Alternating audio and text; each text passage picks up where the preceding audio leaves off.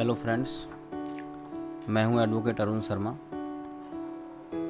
और आज हम बात करेंगे BNSS के सेक्शन 174 और 175 के बारे में। सेक्शन 174 नॉन कॉग्निजेबल ऑफेंसेस के बारे में बताता है और उसकी इन्वेस्टिगेशन के बारे में बात करेंगे आज। Number 1,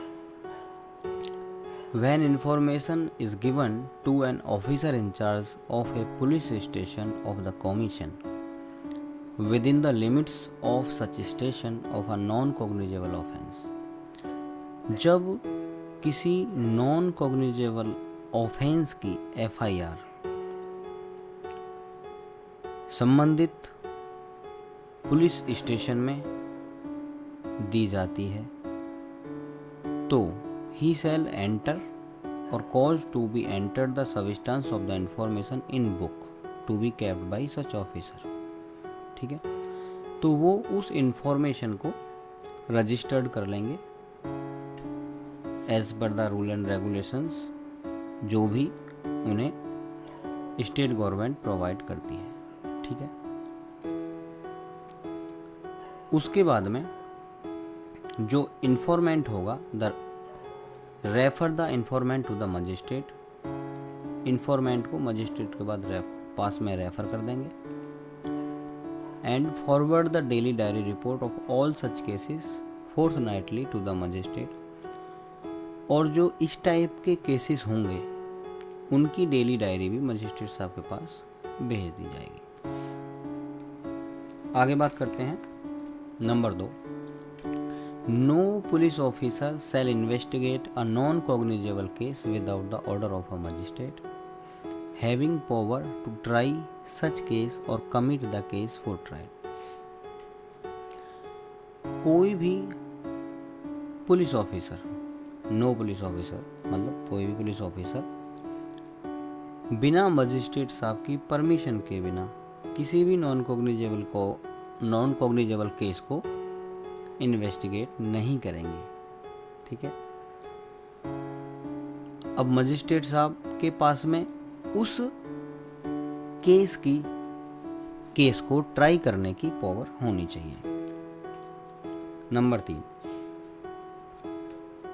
any police officer receiving such order may exercise the same powers in respect of the investigation except the power to arrest without warrant as an officer in charge of a police station may exercise in a cognizable cases।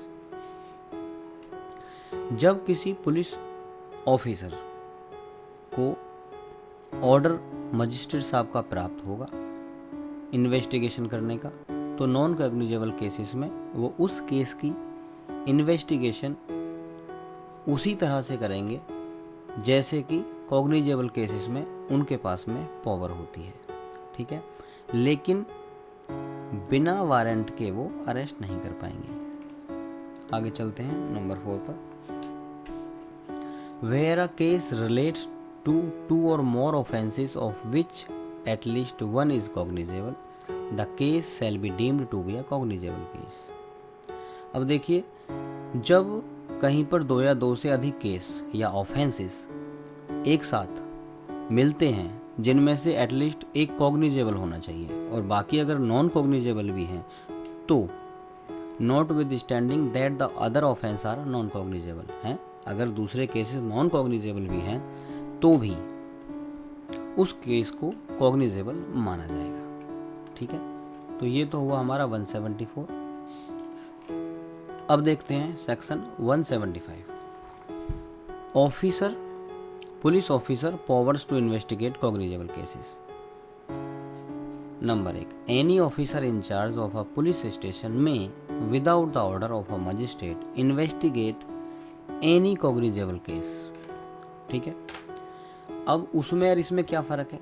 फ़र्क ये है कि यहाँ पे तो आप बिना magistrate साहब की परमिशन के बिना केस नॉन कॉग्निजेबल केस को इन्वेस्टिगेट नहीं कर सकते हैं। अब यहाँ पे क्या है, किसी भी केस को विदाउट परमिशन ऑफ मजिस्ट्रेट आप इन्वेस्टिगेट कर सकते हैं।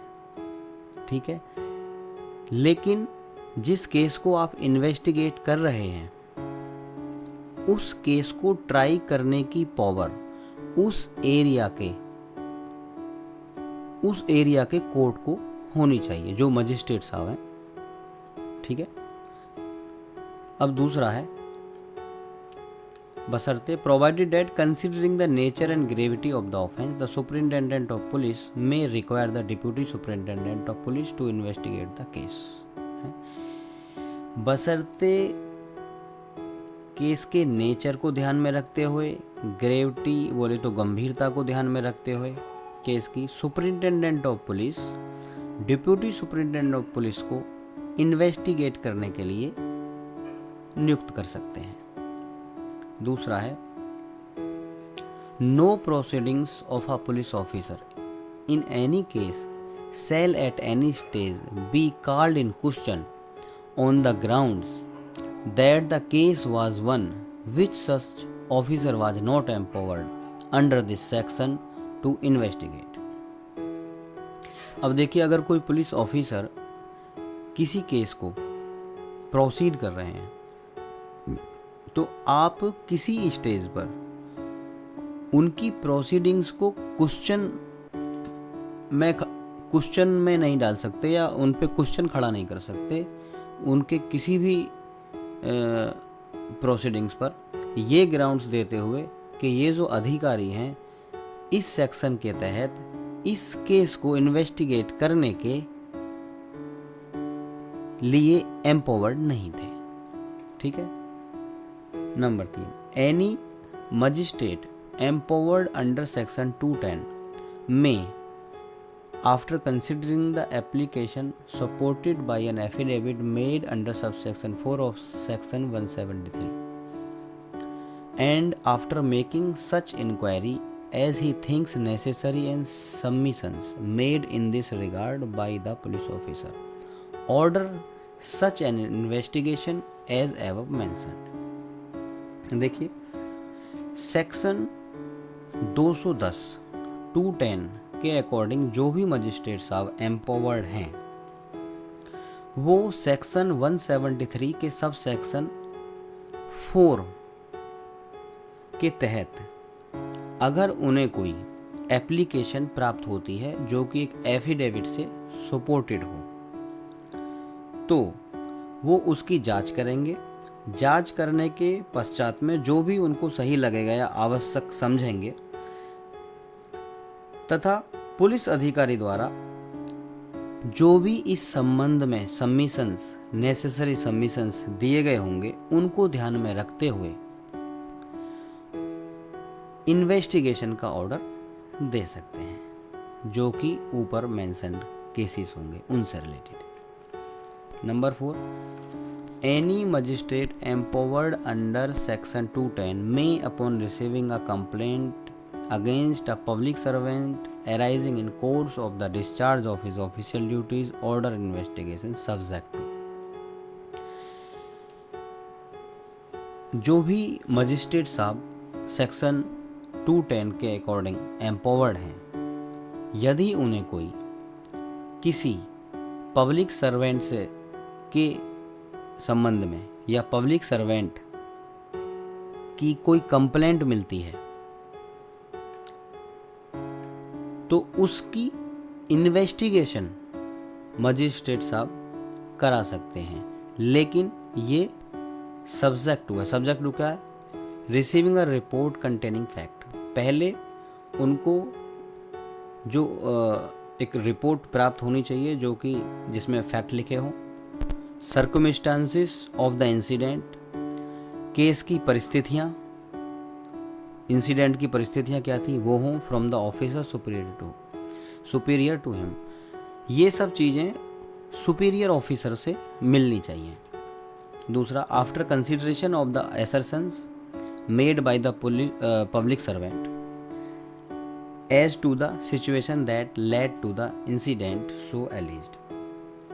अब इसमें क्या है, जो स्थिति पब्लिक सर्वेंट द्वारा बताई जाएगी या जो भी सिचुएशन वो बताएंगे उनके कथनों को भी विचार किया जाएगा जो भी उन पर एलिगेशन लगाए गए हैं या घटना घटी है, उसके बाद ही वो इन्वेस्टिगेशन की जांच करने का आदेश देंगे।